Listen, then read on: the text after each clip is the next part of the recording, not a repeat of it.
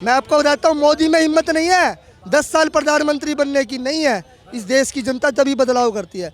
सबसे बड़ा मोदी का स्तंभ है राहुल गांधी, वो बनाता है उसको बेचारा प्रधानमंत्री। जवान फिसल जाती है, एक ही घोटाले को 1036 करोड़, एक ही घोटाले को 2036 करोड़, एक ही घोटाले को खाली 36 करोड़। पाकिस्तान को तो जो हथियारों से नहीं मर रहा था, उन्होंने तो बिना हाथ लगाए पाकिस्तान मार दिया है। गधे बेच के रोटी खा रहा है पाकिस्तान अपनी, ऐसे तरीके से मारा है। ये विदेश नीतियाँ हैं, ये इन कांग्रेस के चाटुकारों को नहीं पता लगेगी। दलों की बात मत करो। मैंने आपको एक बात बोलता हूँ, आज मोदी जी ये कह दे मैं इलेक्शन नहीं लड़ूंगा, आज रात को ही ममता राहुल के लत्ते पार्टी मिलेगी, मैं बनूंगी प्रधानमंत्री। ये सब मोदी को हटाने के लिए और कुछ नहीं है। मैम क्या लग रहा है 24 में माहौल किस तरफ?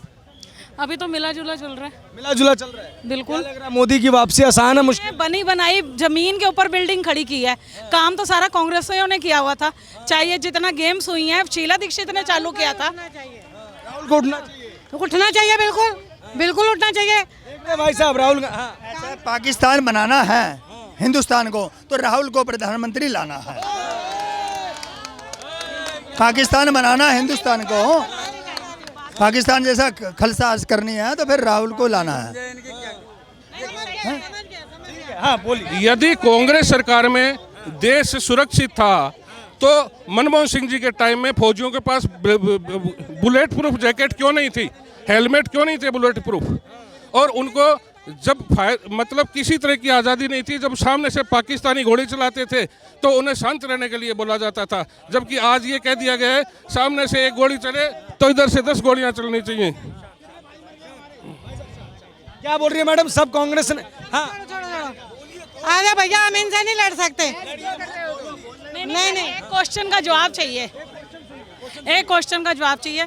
ना मैं कांग्रेस को जानती, ना बीजेपी को, ना आपको, ना किसी को। एक इंसानियत के नाते सरबजीत यहाँ से जिंदा गया था और वो गलती से बॉर्डर क्रॉस कर गया था, वो वापसी नहीं आया। आज सीमा चाहे इजी वे कैसे भी आई है, उसको यहाँ क्यों रखा हुआ है? क्यों रखा हुआ है भाई साहब? चलिए ये मसला जो है हमारा नहीं है। हाँ मैं बताता हूँ एक सर्वजीत की बात नहीं है, किसी एक सर्वजीत की बात नहीं है। जब पाकिस्तान से युद्ध हुआ था 90,000 फौजी पाकिस्तान के जो बंदी थे छोड़ दिए गए थे, हमारे 2,000 फौजी नहीं छुड़ाए गए थे। इसका जवाब दीजिए आप हमें। तो कांग्रेस की सरकार थी जब सरबजीत गया, तो कांग्रेस की सरकार थी। अभिनंदन गया था 24 घंटे में वापस लिया आया था मोदी, ठीक है। वो बॉर्डर से और बाघा बॉर्डर से और मूंछों को तानते हुए आया था अभिनंदन। वो सरबजीत जब गए तब कांग्रेस की सरकार थी। अब पहले जब सर कटते थे, आज है ना घर में घुस के मारता है, ठीक है। ये फर्क है कांग्रेस और मोदी में, ठीक है। चीन भी तो घर में घुसा हुआ, चीन भी तो कितनी अंदर है। चीन को भी मारे।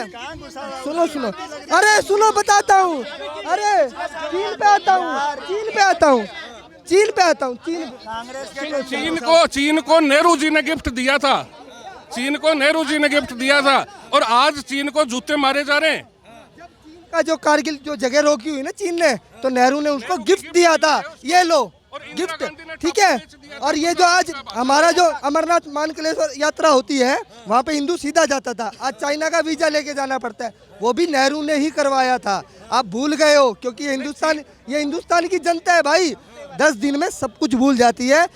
अगर दाऊद भी इस देश में है ना, फ्री की रोटी बांटे ना, तो मेरे को लगता है इस देश की जनता जरूर दाऊद को ही वोट दे सकती है। इतना हराम के खाने की आदत पड़ी हुई है, कमा के खाना नहीं है, शाम को पीने की मिल जाए और रोटी मिल जाए गुरुद्वारे में या कहीं भी, ठीक है, और कुछ नहीं करना। क्या लग रहा है नरेंद्र मोदी के हाथों में देश सुरक्षित है? आप बताओ, आप बताइए ना जनता। ये सुरक्षित नहीं है क्या? जो घर में घुस के मारता है। अब कितने सीज फायर होते हैं बताना जरा?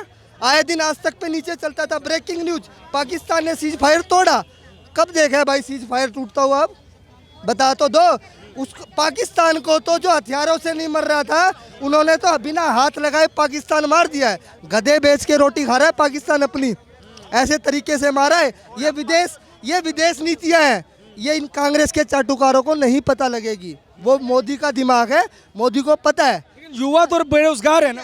और एक बात और बताता हूँ, लोगों ने कहा था कि इस देश की नोटबंदी फैल हुई। बहुत मैंने डिबेट सुनी है, 19 से पहले जब हुआ था तो नोटबंदी फैल गई। नोटबंदी से सफल कुछ गया ही नहीं है। आपको बता देता हूँ, ये जितना भी कश्मीर में पत्थर मारे जाते थे ना, और जब पाकिस्तान से नोट आते थे हिंदुस्तान के बन के नकली, वो घरों में बजा के आग लगाने पड़े हैं महबूबा मुफ्ती वर्गों ने। ठीक है, ये सारा मोदी ने करा है। वो एक झटके में मारा है, तभी तो ये पाकिस्तान मरा है। ठीक है, वो 98 का नोट 1000 रुपये में चलाते थे पाकिस्तान हिंदुस्तान बॉर्डर क्रॉस करके। ये हुआ नोटबंदी का फ़ायदा। लेकिन भाई हमें नहीं पता लगेगा, हमें खाने की हराम की आदत पड़ी हुई है। मैं अपने आप को ही मानता हूँ, मुझे भी पड़ी हुई है। क्या लग रहा है 24 का मिजाज? लेकिन 24 का मिजाज ऐसा है, मिजाज मत पूछो। जब जनता वोट दबाएगी और पेटियां भर देगी ना, तो जो कुछ इस देश में 2-4% लोग हैं वो कहेंगे कि ईवीएम हैक हो गई है। बस यही है। वो जब हिमाचल जीत गए तो ईवीएम सही है, वो जब कर्नाटक जीत गए तो ईवीएम सही है। जैसे ही वो कोई हारते हैं तो ईवीएम खराब है। राहुल गांधी से एक बात पूछ लेना, राहुल गांधी को सब मिलके कह दो कि आप प्रधानमंत्री हो। अगर आप हार गए ना तो हाथ जोड़ के विनती है, बेचारी ईवीएम को कुछ मत कहना। वो ना तो बोलती है ना कुछ खाती है, उसको क्यों बदनाम करते हो यार?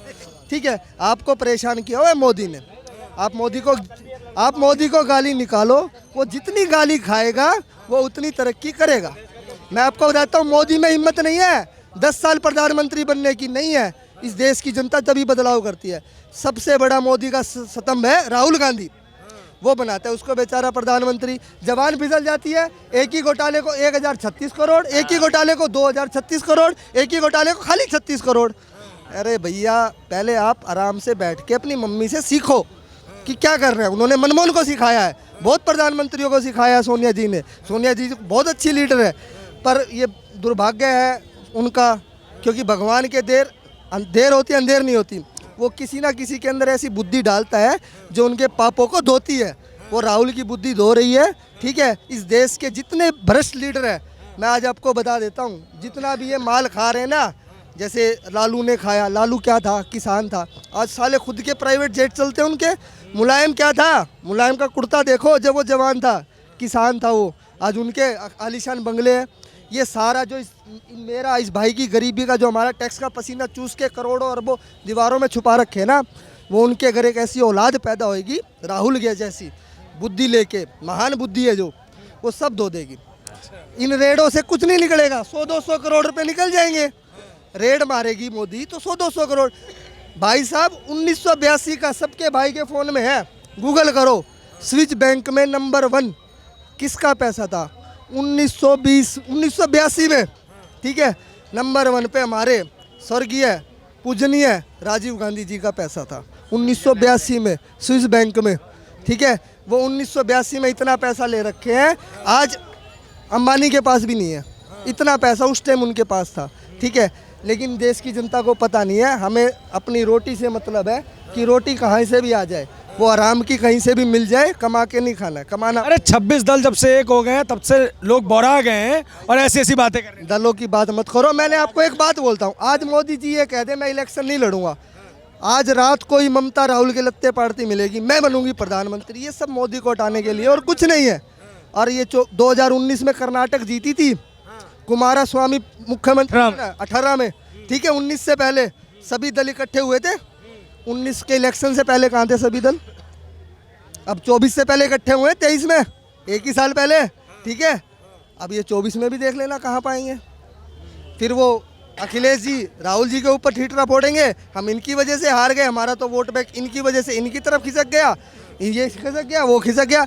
और वो उन सब का बाप आएगा, वो कहेगा ईवीएम हैक कर रखी है मोदी जी ने।